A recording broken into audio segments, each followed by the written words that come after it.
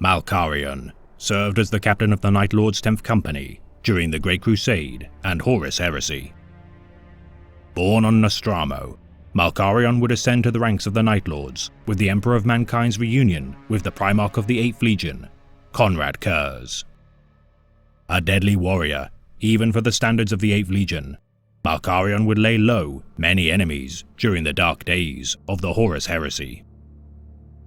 During the Siege of Terra, the so-called War Sage would kill the White Scar's captain of the 9th Company, Zoramai Khan, Imperial Fist Paladin Lephandros the Templar, and Blood Angel's captain of the 7th Company, Raguel the Sufferer, in a single day. Yet despite his incredible prowess as a warrior, Malkarion would be gravely wounded during the siege.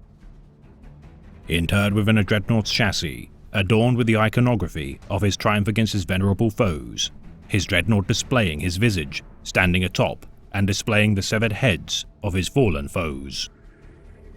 Armed with a Reaper pattern autocannon and combi power fist and flamer, Malkarion would remain a deadly foe even in his living death. Despising the ruinous powers despite his legion's own inherent corruptions, Malkarion would venerate his Primarch, the Night Haunter, above all.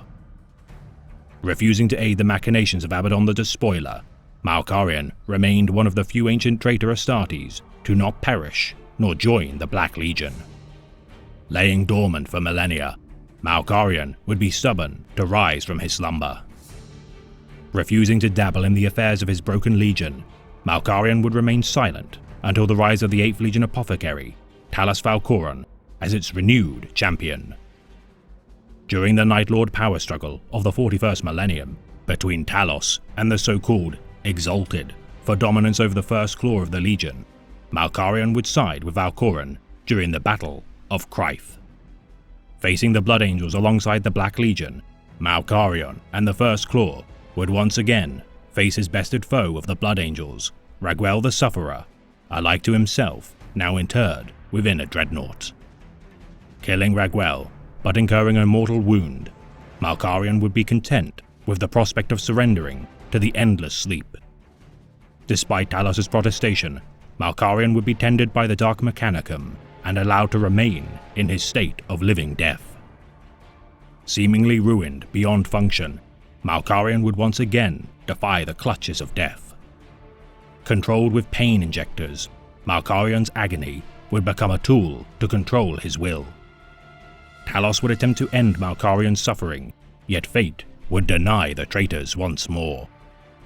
Deployed one final time into the flames of war, Malkarion would stand with Talos during the Battle of Sagwalza against the Eldar craftworld of Ulthwé.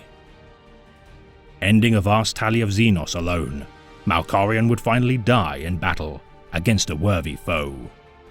His last act enabling his warband to fight another day.